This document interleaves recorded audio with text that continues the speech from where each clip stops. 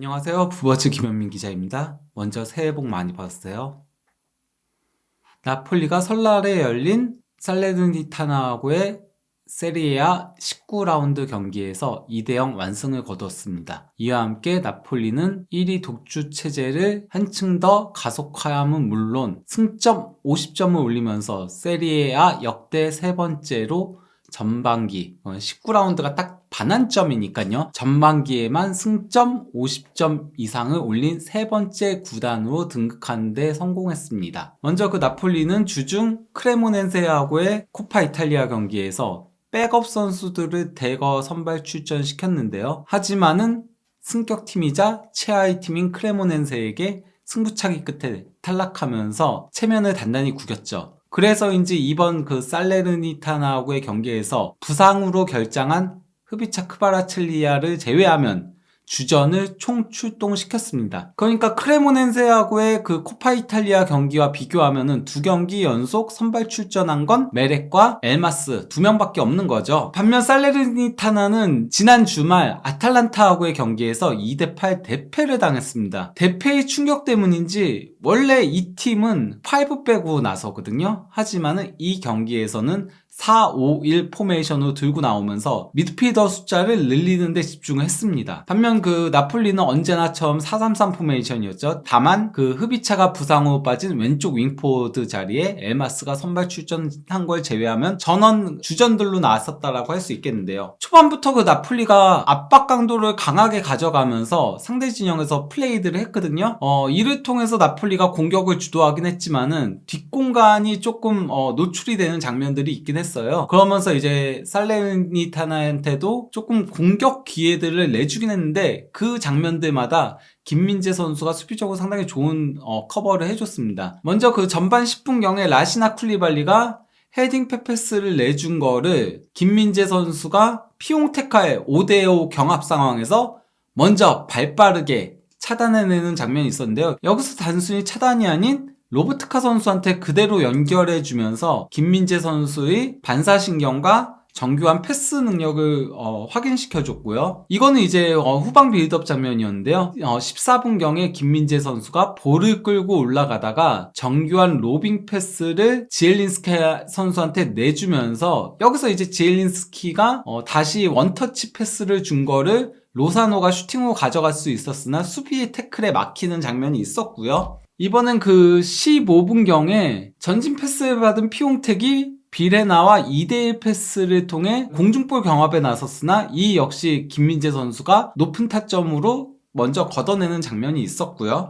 나폴리가 이 경기 내내 다소 조심스럽게 공격을 풀어나가는 성향이 있었습니다. 아무래도 돌파에 능한 흡이차가 결장했다 보니까 발생한 현상인 것 같긴 했었는데요. 그러다 보니까 이제 나폴리가 공격을 주도한 것 대비 첫 슈팅은 20분경에 나왔습니다. 다소 늦은 시간에 나왔었죠. 지엘린스키가 코너킥을 내준 거를 오시맨이 오른발 슈팅으로 가져갔으나 골키퍼 선방에 막혔습니다. 살레르니타나도 바로 응수에 나섰습니다. 오시맨의 슈팅이 나오고 2분 뒤에 피용테크가 단독 돌파에 이은 슈팅을 가져갔는데 이게 그 메렉 골키퍼 선방에 막혔거든요. 근데 이 과정에서 나폴리 센터백인 라흐마니와 디 로렌조가 너무 뒤로 물러서는 모습이었어요. 그러면서 피용테크가 별 기교 없이 그냥 직선적으로 쭉 치고 들어가다가 박스 안에서 슈팅을 가져갈 수 있었던 거였죠. 물론 뭐 각도가 거의 없었다 보니까 메렉 골키퍼가 쉽게 막을 수 있었던 슈팅이긴 했지만요. 그리고 또 이제 25분경에 다시 한번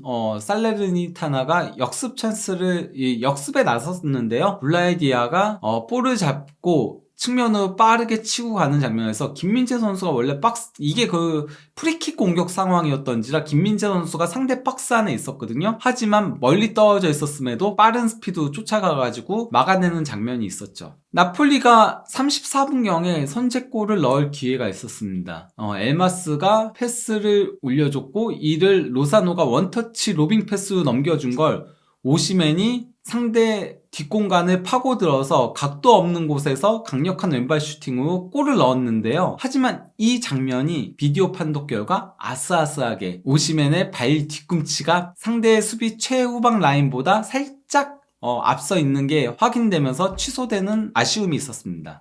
36분경엔 김민재 선수가 반대쪽으로 정교한 방향 전환 롱패스를 디 로렌조에게 배달하는 장면이 있었는데요. 이 장면은 이 경기에서 김민재 선수가 기록한 패스들 중에서 가장 멋있었다라고 할 수 있죠. 마치 그 사비 알론소 같은 선수들이 롱패스 뿌려주는 그런 장면을 연상시킬 정도로 예술적인 패스였습니다. 하지만 그 김민재 선수가 이 경기에서 딱 한 번 아쉬운 장면을 드러냈었는데요. 44분경에 수비가 걷어낸 거를 이걸 받는 과정에서 살짝 터치가 길게 떨어지면서 압박을 들어온 피용테크가 먼저 헤딩으로 볼을 터치해냈고 김민재 선수가 이걸 막아내는 과정에서 발이 높게 들리면서 위험한 플레이로 간주되어가지고 옐로 카드를 받았습니다. 하지만 이 장면 제외하고는 김민재 선수는 이 경기에서 완벽에 가까운 수비와 빌드업 능력을 보여줬었는데요. 이대로 0대0으로 전반전이 마무리되는 듯 싶었는데요.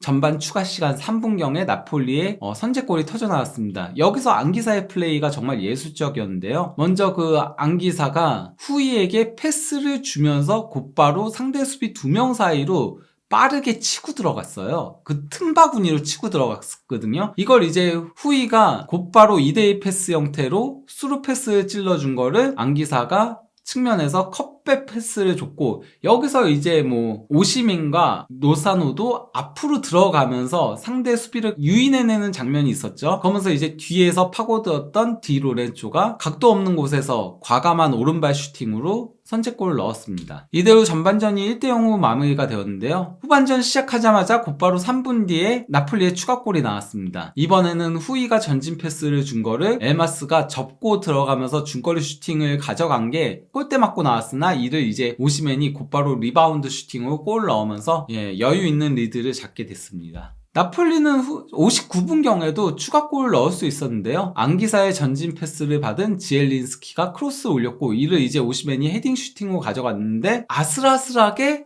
골문 안으로 빨려 들어가는 슈팅이었는데 이를 오초아 골키퍼가 몸을 날려서 막았고요. 이후 살레르니타나가 추격골 사냥에 나서기 시작했었는데요. 하지만은 61분경에 피용테크를 향한 롱패스를 김민재 선수가 또다시 빠른 발로 앞으로 가가지고 저지하는 장면이 있었고요. 그리고 83분경에는 이거는 약간 조금 디 로렌초와 로버트카 둘의 실수였다라고 할 수 있겠는데요. 먼저 그 로버트카가 근처에 있었음에도 디 로렌초가 너무 빠르게 패스를 주면서 그것도 위험한 장면이었죠. 피용테크가 앞에 있었는데 그러면서 이제 강한 패스를 줬고 그러다 보니까 이제 로버트카의 볼터치 미스가 이루어졌고 이를 가로챈 피용테크가 강력한 중거리 슈팅을 가져갔으나 이것이 메렉 골키퍼 손끝을 스치고선 골대를 강타했습니다. 메렉 골키퍼의 손끝을 스치지 않았다면 이건 그대로 골로 연결되는 장면이었습니다. 다소 행운이 따랐고 메렛의 선방이 빛을 발한 장면이었다고 할 수 있겠죠. 나폴리는 85분경에 들어서야 첫 교체를 가져갔는데요. 먼저 그 지엘린스키와 로사노를 빼고 은돈벨레와 폴리타노를 넣었습니다. 그리고 이제 88분경에는 오시멘을 빼고 시메오네를 넣었는데요. 이렇게 그 교체 투입이 늦었던 이유는 아무래도 나폴리가 지난 그 코파 이탈리아에서 크레모네세에게 패했기 때문에 조금 백업 선수들에 대한 믿음이 다소 떨어진 게 아닌가 싶은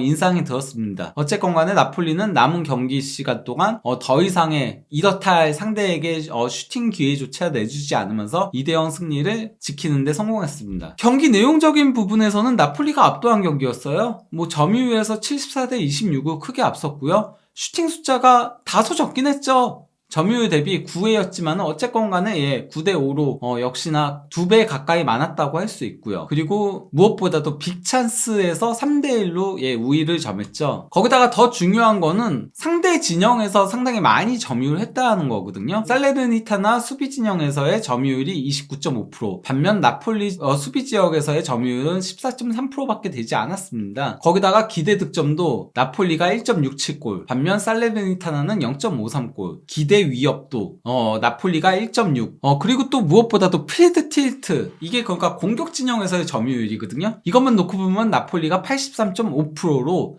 살레르니타나를 완전히 압도했다는 걸 확인할 수 있는 거죠. 거기다가 수비 라인의 평균 위치가 나폴리가 무려 57m가 됐어요. 그러다 보니까 이제 평균 위치만 보더라도 김민재 선수가 가장 밑에 내려와 있죠. 그 유일하게 하프라인 밑에 내려와 있고요. 그리고 이제 라흐마니가 하프라인에 걸쳐 있고 나머지 선수들은 전부 다 하프라인 위에 있는 거를 확인할 수 있습니다. 거기다가 김민재 선수를 중심으로 해가지고 상당히 많은 빌드업이 이루어지는 거를 확인할 수 있죠. 거기다가 나폴리가 이 경기에서 뭐 존 14라고 이제 그 페널티 아크 바로 앞에 그 위험 지역에서의 패스 진입이 17회나 있었고요. 무엇보다도 하프 스페이스의 패스 진입이 70회에 달했습니다. 그 정도로 나폴리가 하프 스페이스를 집중 공략하면서 위협적인 장면들을 상당히 많이 만들어냈다는 거죠. 거기다가 이 경기에서 라흐마니하고 김민재하고 후이하고 이렇게가 이제 볼을 끌고 올라가는 전진 캐리와 또 전진 패스를 상당히 많이 했거든요. 그러면서 그래프상으로 위쪽에 위치하고 있죠. 김민재와 후이의 영향력이 상당히 컸다라고 할 수 있는 건데요. 자연스럽게 나폴리는 이 경기에서 공격 방향 비율이 왼쪽 위주였습니다. 무려 51.2%에 달했죠. 반면 오른쪽 공격 비율은 25.3%밖에 되지 않았었습니다. 이 경기에서 김민재 선수는 볼터치 154회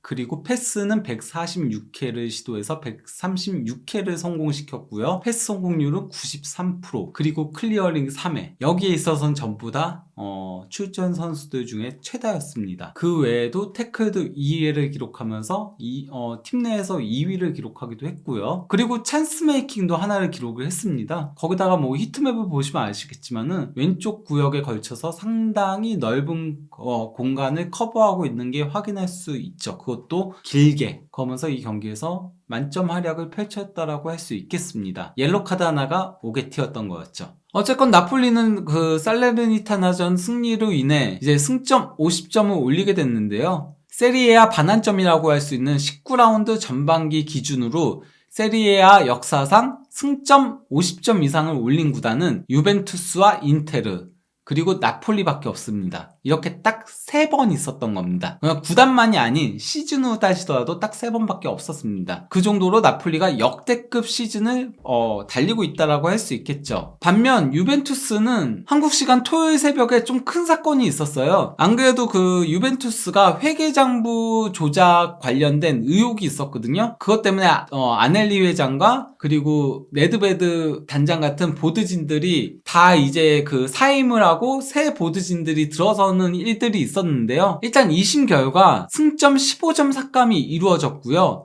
그리고 이제 토트넘 단장인 파라티치, 왜냐면 파라티치가 예전에는 유벤투스 단장이었거든요. 그때 이제 이 일들이 있었기 때문에 2년 6개월간 자격정지 처분이 이루어진다, 이런 얘기들이 있습니다. 판결이 그렇게 난 거거든요. 현재 그 유벤투스는 항소를 할 예정인데요. 이 항소가 받아들여지지 않는다면은 승점 15점 삭감에 파라티치 단장은 이탈리아에서 2년 6개월 자격정지, 아넬리 회장은 2년 자격정지, 그 네드베드 단장은 8개월 자격정지를 받게 될 예정입니다. 이건 뭐 아직 확정된 건 아니고요. 만약 이게 확정이 된다면은 유벤투스는 승점 37점에서 22점으로 줄어들면서 순위도 3위에서 10위로 뚝 떨어지게 됩니다. 이렇게 된다면은 나폴리의 우승 가능성이 한층 더 높아진다라고 할 수 있겠죠.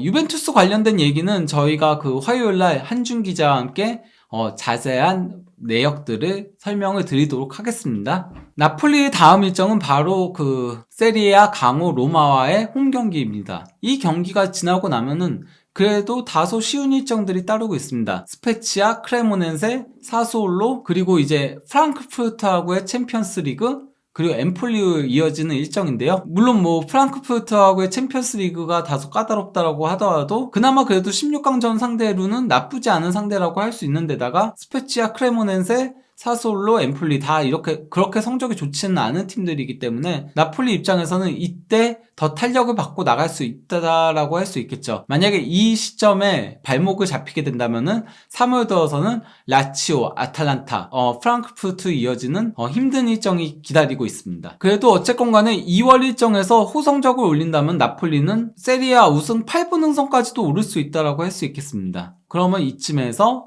오늘 영상을 마무리하도록 하겠습니다. 감사합니다.